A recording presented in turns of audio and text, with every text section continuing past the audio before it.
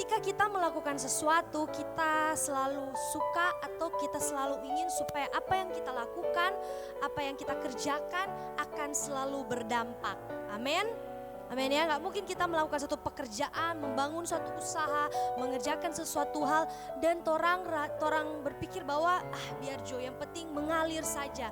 Tidak berdampak, tidak menjadi sesuatu yang berarti bagi kita atau bagi orang lain yang ada di sekitar kita. Nah, hari ini kita akan belajar ternyata pemberian kita akan selalu berdampak buat kehidupan kita dan buat kehidupan orang lain. Nah, hari ini kita akan belajar dari salah satu jemaat, namanya Jemaat Filipi.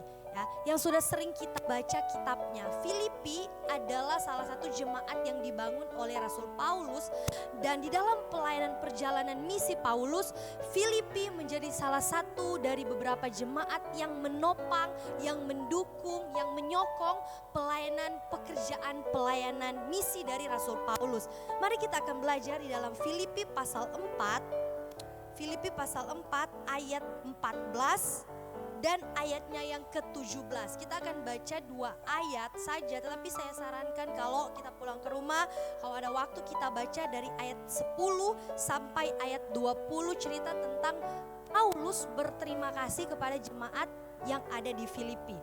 Filipi 4 ayat 14 berkata, "Namun baik juga perbuatanmu bahwa kamu telah mengambil bagian dalam kesusahanku." Jadi Paulus memuji, berterima kasih karena mereka mau ya menjadi bagian di dalam pelayanan Paulus. Ayat 17, "Tetapi yang kuutamakan bukanlah pemberian itu, melainkan buahnya yang makin memperbesar keuntunganmu." Sama-sama bilang keuntungan. Oke, kita akan belajar keuntungan ketika kita terlibat di dalam pelayanan. Saya percaya bahwa setiap orang percaya salah satu identitas, salah satu DNA dari orang percaya adalah kita mau belajar untuk memberi bagi pekerjaan Tuhan, bagi pelayan Tuhan.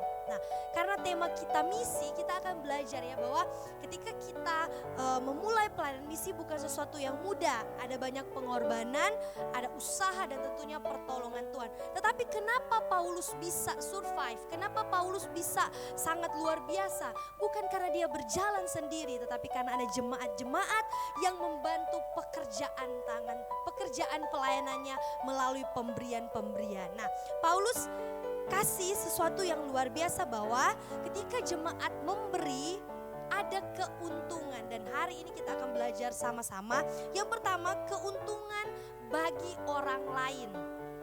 Kita tahu ketika kita memberi, kita berarti sementara memberkati orang lain.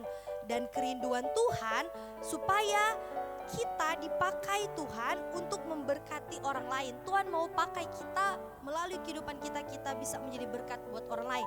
Jadi yang pertama, ketika kita memberikan persembahan, kita berarti menjadi berkat buat orang lain. Ya, kalau kita memberikan persembahan misi, berarti kita sementara memberkati pekerjaan misi, kita memberkati para misionaris, kita memberkati orang-orang yang sementara dijangkau supaya mereka mengenal Injil. Lalu yang kedua, keuntungan yang lebih besar lagi adalah keuntungan buat kita sendiri. Ya, keuntungan buat kita sendiri. Keuntungan apa? Nah, ketika kita memberikan persembahan, ya ketika kita memberikan persembahan dengan tulus hati, ya persembahan kita menjadi persembahan yang menyenangkan hati Tuhan. Dan persembahan kita adalah bentuk ibadah kita kepada Tuhan. Sehingga ya dengan kita memberikan persembahan, kita sementara investasi dalam kerajaan Allah, yang keuntungannya tidak hanya dirasakan hari ini, tetapi akan kita rasakan sampai kepada kekekalan. Dan lebih daripada itu, keuntungan yang lebih daripada itu yang Paulus mau sampaikan kepada jemaat di Filipi dan jemaat Metro Church hari ini, bahwa kita sementara menyenangkan hati Tuhan. Sama-sama bilang menyenangkan hati Tuhan.